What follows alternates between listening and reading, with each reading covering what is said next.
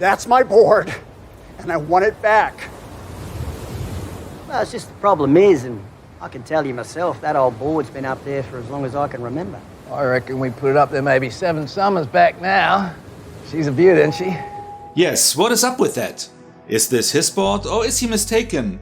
And why is he wearing a suit when he is supposed to be the surfer? Hi there, it's Micha. Join me for this review if you like to find out.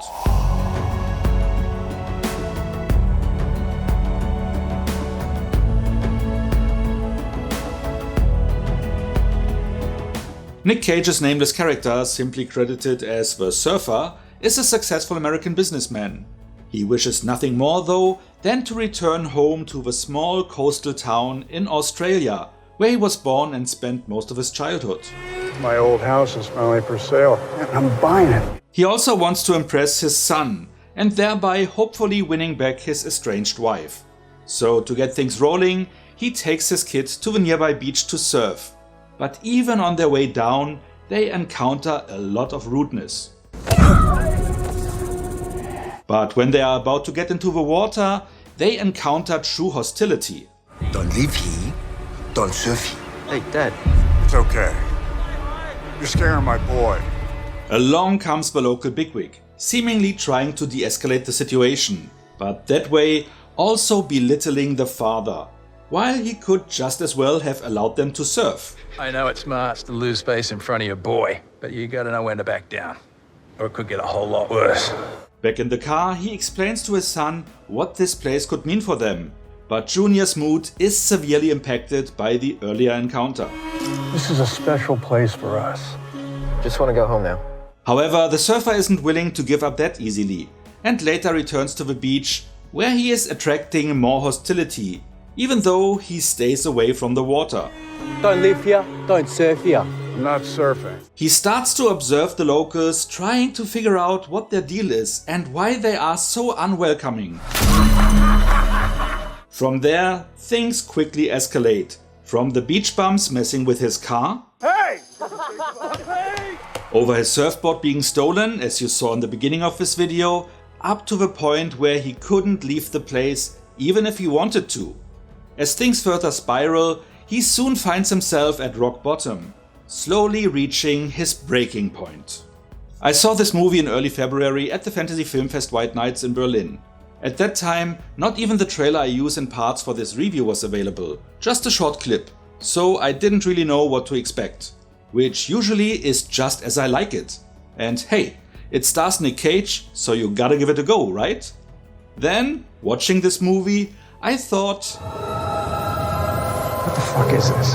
which doesn't necessarily mean something bad, just something very weird and unexpected. You basically have Nick Cage in every second of the movie, which is a plus. And he gives a superb performance, that is an undeniable fact. The movie just wasn't a fun ride, and that is intentional. The main focus is to showcase how easy it is for a respected person to lose everything, which happens here in less than a week. It shows how quickly, if you have no place to go, being bit by bit robbed of your dignity, you can find yourself living on the street, or here, somewhere around the beach, while hiding from the locals. How, if you are desperate, with no food or water, you will eventually resort to any means necessary to survive. You have to experience nothing. What? Pathetic. This makes the movie uncomfortable, as you are with him every step of the way, feeling his degradation, experiencing his downwards trajectory, waiting for him to finally reach his breaking point and strike back, as you would expect him to do. That journey is excruciatingly long and painful, though once more by design.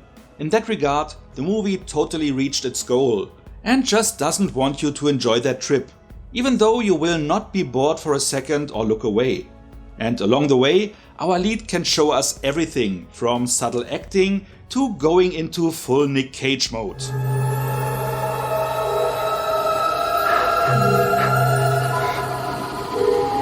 And as a last call out and an added yet confusing plus, I'm usually quite good in anticipating a film's plot development.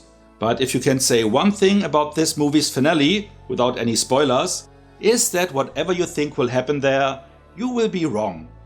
At least this will be true for about 99% of the movie's audience. And with that being said, let's get to the rating. I already said it, this movie is not an easy watch.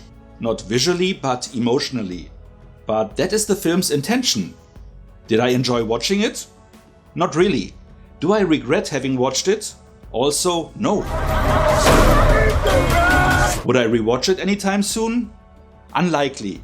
Was I captivated? Definitely. Was I surprised by certain parts? Undeniably. But into what rating should that translate? When it comes to the question if this was a movie worth watching, I can absolutely say That's a good one. So, long story short, I'm going with 8 out of 10 points, as the movie very well achieved its goal, even though it's not a feel-good movie. And directly after watching it, I might have scored it lower. If you love Nick Cage and can stomach an uncomfortable yet fascinating movie experience, give this one a go. What about you? Can you appreciate a film even though it doesn't really want you to enjoy it that much? Would that make you rate it lower just on principle? Is Nick Cage starring in a movie a selling point for you, or quite the opposite? Whatever you like to share, let me know in the comments. And if you enjoyed this video, feel free to like, share or subscribe. So much for now, see you next time, and thanks for watching. But that way, also belittling, I didn't really know what to expect, which usually experiencing his downward trajectory. That journey is excruciatingly